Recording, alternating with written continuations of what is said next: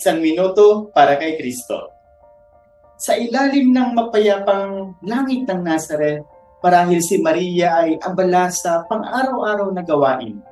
Naghahabi ng damit, naghahanda ng pagkain, o marahil nagdarasal sa isang sulok ng kanilang bahay. Isang dalagang payak, hindi kilala ng mundo, pero kilala ng Diyos.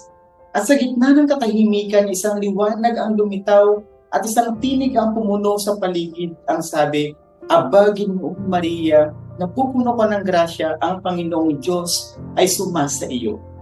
Kung ikaw si Maria, ano ang mararamdaman mo? Gulat? Takot? O pag-aalinlangan? Sa isang iglap, nagbago ang lahat.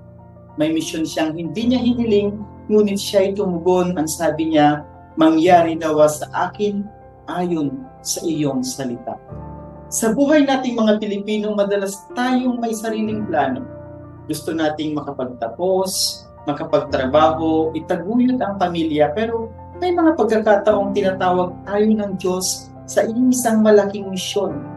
Isang sakripisyong hindi natin inaasahan, isang hamong hindi natin plinano. Katulad ni Maria, natatakot tayo, pero katulad din niya, maaari tayong magtiwala. Dahil ang Diyos na tumawag ay ang Diyos ding sasama sa atin. Minsan gusto nating tumanggi, pero tulad ni Maria, tinatawag tayo hindi dahil malakas tayo, kundi dahil may plano ang Diyos para sa atin. At kung magtitiwala tayo, ang maliit nating oo ay maaaring magbigay daan para sa isang malaking biyaya.